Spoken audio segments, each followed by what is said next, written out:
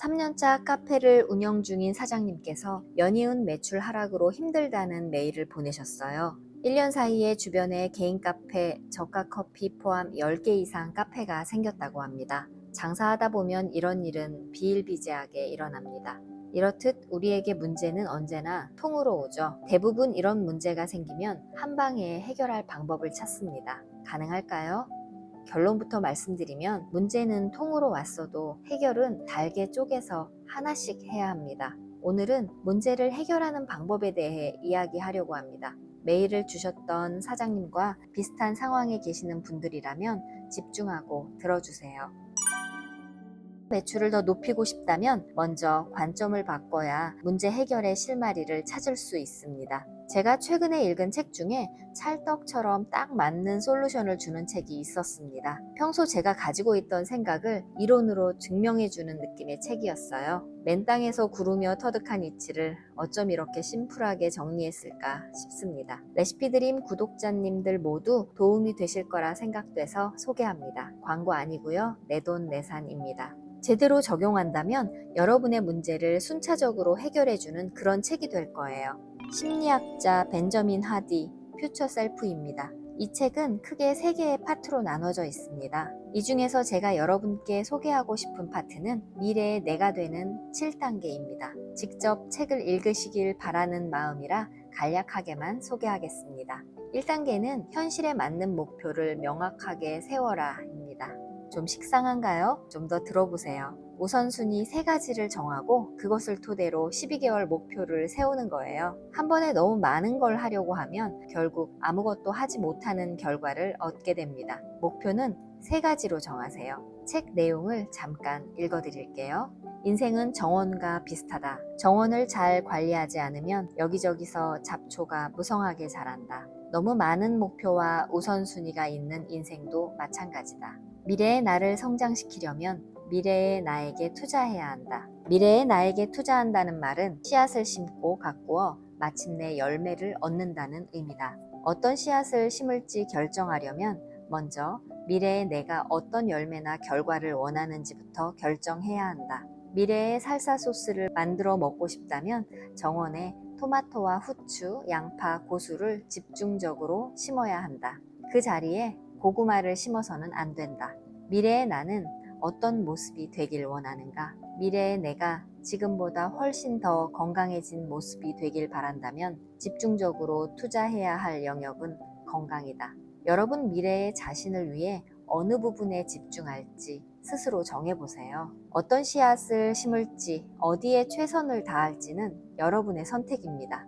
2단계, 덜 중요한 목표들을 제거하라. 당연한 거 아닌가? 라는 생각이 드셨나요? 우리는 장애물을 만나 목표에서 멀어지는 게 아니라 눈앞에 보이는 덜 중요한 일을 하다가 진정한 목표에서 멀어진다고 합니다. 저도 뜨끔했습니다. 내가 먹는 음식이 나를 만들잖아요. 무엇을 먹을지도 내가 선택할 수 있는데 우리는 왜 원하는 내 모습을 찾고 있고 다른 걸 먹는 걸까요? 저자는 스스로 이런 질문을 하라고 말합니다. 이 일을 하면 목표에 가까워지는가? 이 방법이 가장 효과적인가? 결정적인 순간에 이 질문들이 떠오르길 바랍니다. 3, 4, 5단계는 건너뛰고 6단계, 미래의 나의 일정을 관리하라입니다. 사람들의 일정을 살펴보면 대부분 시급한 문제를 처리하거나 덜 중요한 문제를 추구하는 일로 가득 차 있다. 저 역시 마찬가지입니다.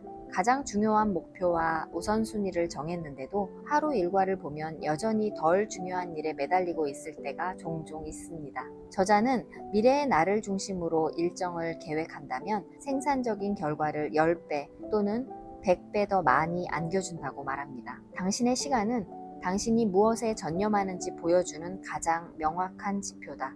시간을 어떻게 쓰는지는 결코 숨길 수 없다. 시간의 자유를 얻으려면 자기 일정에 대한 주도권을 가져야 한다. 가장 중요한 일에 최우선 순위를 두고 중요하지 않은 일은 제거하라. 시간에 대한 주도권을 쥐고 자신이 원하는 곳에 관심을 집중시켜야 한다. 그래야 미래의 나를 실현시키는 일이 더 단순해지고 쉬워진다. 자신의 시간이 덜 중요한 목표와 다른 사람의 의견에 좌우되게 그냥 놔둔다면 자신이 원하는 미래의 내가 되는 건 어려울 것이다. 저는 대부분 새벽 5시 전후로 일어나서 출근을 합니다. 영업시간이 끝나는 오후 6시가 되면 그때부터 본격적인 사장의 업무가 시작되죠. 매장별 매출 확인, 리뷰 체크, 신메뉴 반응도 살피고 메일로 보내주시는 질문에 답변도 합니다. 9시가 되면 유튜브 영상에 관한 일을 시작합니다. 썸네일을 정하고 촬영본을 편집하고 원고도 작성합니다. 하루에 1시간 정도, 일주일에 5시간 집중하면 한 편의 영상이 나옵니다. 대부분 퇴근은 10시쯤 합니다. 우선순위를 정하고 시간을 나눠서 업무를 하면 좋은 점이 있습니다. 무조건 결과물이 나온다는 거예요. 스티븐 스필버그는 미루는 태도가 저항의 대표적인 형태라고 말합니다. 자신의 행동을 정당화하기 가장 쉬운 것이 내일로 미루는 일이니까요. 자, 마지막 7단계는 완벽하지 않더라도 공격적으로 완수하라입니다. 경기장 밖에 있으면 안전하다는 느낌이 들지 모른다. 하지만 그곳이야말로 가장 위험한 장소다. 경기장 밖에 있으면 자신이 무엇을 모르는지 알 수 없다. 관심 있는 주제에 대해 뒷짐지고 비평이나 할 줄 알지 진정한 프로는 되지 못한다. 경기장에 들어가면 패배할 수도 있기에 들어가는 일 자체에 용기가 필요하다. 들어가자마자 당신의 행동과 무지가 낳은 결과를 정면으로 마주하게 될 것이다. 고통스러운 순간일 수 있지만 그렇게 해야 배우고 성장한다. 시작은 누구나 할 수 있습니다. 시작한 일에서 성과를 내려면 스스로 원하는 결과를 명확하게 정하고 계속 하는 거예요. 원하는 결과가 나올 때까지. 더 멀리 갈수록 경쟁은 줄어든다고 합니다. 저자는 대부분의 사람이 덜 중요한 목표에 굴복해 포기하기 때문이라고 말합니다. 미래의 내가 타임머신을 타고 현재로 온다면 나에게 뭐라고 말할까요? 현재의 나는 미래의 나에게 어떤 질문을 할까요? 의미 있는 질문을 주고받으며 해결의 실마리를 찾으시기 바랍니다. 여러분의 도전을 응원합니다. 감사합니다.